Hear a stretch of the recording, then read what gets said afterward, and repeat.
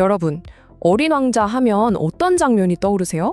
아마 코끼리를 삼킨 보아뱀 그림이나 양 한 마리만 그려줘 하던 그 순수한 모습일 거예요, 그쵸? 근데 말이죠, 만약 이 이야기가 우리가 알던 그런 딱딱한 동화가 아니라 사실은 아주 섬뜩한 심리 스릴러였다면 어떨 것 같으세요? 오늘 바로 그 어린 왕자의 숨겨진 얼굴을 한번 제대로 파헤쳐보겠습니다. 자, 보세요. 우리가 보통 생각하는 어린 왕자는 이런 이미지일 거예요. 별이 반짝이고 귀여운 여우가 나오는 그런 아름다운 동화. 하지만 만약 이 이야기의 진짜 모습이 한 유독한 관계에서 탈출하려는 처절한 몸부림, 또 교묘한 정서적 조종, 그리고 진짜 관계가 뭔지 찾아 헤매는 그런 깊고 어두운 심리 드라마라면요. 네, 오늘 우리는 바로 그 낯선 이면을 들여다보려고 합니다. 자, 그럼 첫 번째 이야기부터 시작해 볼까요? 우리가 오해했던 이야기. 핵심 질문은 바로 이거예요.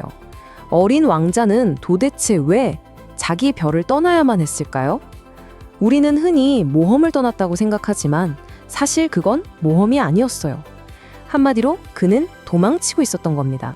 어린 왕자가 살던 별, 소행성 B612는 정말 작은 곳이었죠. 매일 아침 일어나면 해야 하는 일이 있었어요. 바로 바오밥 나무싹을 뽑는 거예요. 이걸 그냥 놔두면 순식간에 자라서 별을 완전히 망가뜨려 버리거든요. 이게 뭘 의미하겠어요? 바로 우리 머릿속의 나쁜 생각들, 부정적인 감정들을 매일 관리해야 한다는 거죠. 또 화산 청소도 해야 했어요.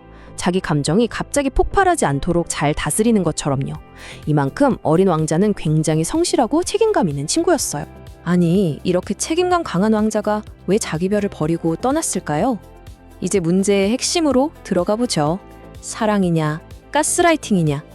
모든 사건의 시작은 바로 그의 별에 피어난 단 한 송이의 장미 때문이었습니다. 이 장미는요, 정말 까다롭고 요구하는 게 많았어요. 툭하면 이러는 거죠. 저기 바람막이 좀 가져다 줄래?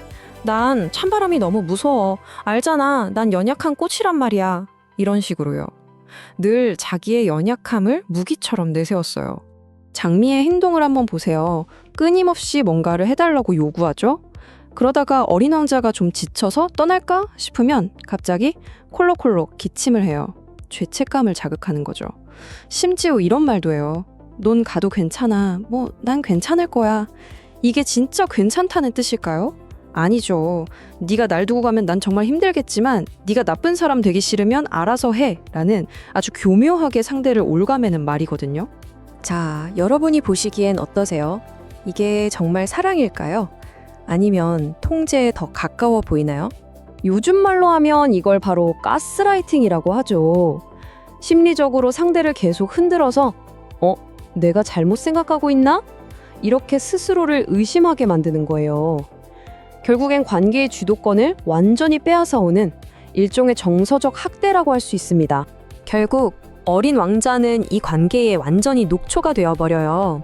장미가 내뱉는 까칠한 말에만 너무 집중한 나머지 사실 그녀가 주는 좋은 향기라던가 아름다움 같은 긍정적인 면은 전혀 보지 못하게 된 거죠. 그래서 이런 말을 남깁니다.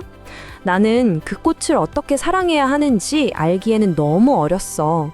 그리고 그는 마침내 자기 별을 떠나기로 결심합니다. 이건 탈출이었어요. 자, 그렇게 도망치듯 떠난 어린 왕자는 지구에 도착하기 전에 여러 별들을 여행하게 됩니다. 그리고 거기서 정말 이상한 어른들을 마주치죠. 공통점이 있었는데 바로 숫자에 미쳐 있다는 거였어요.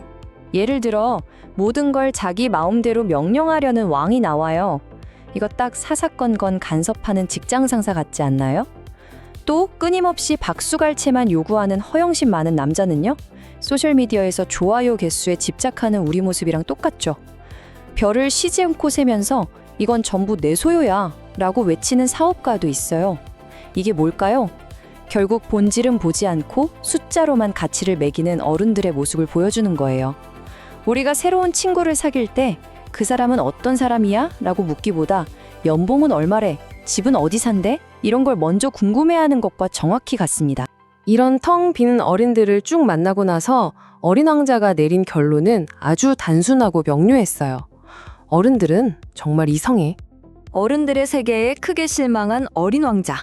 마침내 마지막 여행지인 지구에 도착합니다.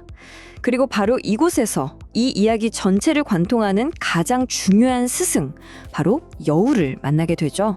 그런데 지구에 와서 어린 왕자는 정말 엄청난 충격을 받아요. 왜냐하면 자기 별에선 세상에 단 하나뿐이라고 믿었던 그 장미가 지구의 한 정원에 가니까 무려 5,000송이나 피어 있는 거예요. 그걸 본 순간 왕자는 완전히 무너져 내립니다. 내 장미는 특별한 게 아니었구나 하면서요. 그렇게 절망에 빠져 울고 있을 때 여우가 나타나서 아주 중요한 개념을 알려줍니다. 바로 길들인다는 것의 의미예요. 우리가 흔히 생각하는 것처럼 길들인다는 게 누구를 복종시키고 지배한다는 뜻이 절대 아니에요. 이 책에서 말하는 길들임은 바로 관계를 맺는다는 뜻입니다. 수많은 존재들 속에서 서로에게 단 하나뿐인 아주 특별한 존재가 되어가는 그 과정을 말하는 거죠. 여우는 길들이는 방법을 3단계로 설명해줘요. 첫 번째는 유대를 만드는 것, 서로에게 특별한 존재가 되는 거죠. 두 번째는 의식을 만드는 거예요. 만약 네가 오후 4시에 온다면 나는 3시부터 행복해지기 시작할 거야. 이 말처럼요. 약속된 시간을 기다리는 그 설렘 자체가 관계를 더 깊게 만드는 거죠. 그리고 마지막, 3번째, 가장 중요한데요. 내가 길들인 것에 대해서는 영원히 책임을 져야 한다는 겁니다. 그리고 마침내 여우가 결정적인 한마디를 던집니다. 이 책 전체의 심장과도 같은 문장이요. 내 장미꽃을 그토록 소중하게 만든 건 그 꽃을 위해 네가 쏟아부은 바로 그 시간 때문이야.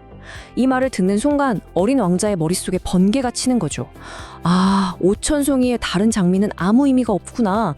내가 물을 주고 바람막이를 씌워주고 벌레를 잡아주며 내 시간을 쏟았던 나의 장미만이 나에게 소중한 거였구나. 이걸 깨닫게 된 겁니다. 자, 어린 왕자의 이 위대한 깨달음은 지금을 살아가는 우리에게도 아주 중요한 메시지를 던져줍니다. 그래서 이 고전에서 우리가 얻을 수 있는 3가지 처방전을 한번 정리해봤습니다. 첫 번째 처방전, 바로 숫자 너머를 보라는 겁니다. 우리는 너무 쉽게 사람을 숫자로 평가해요.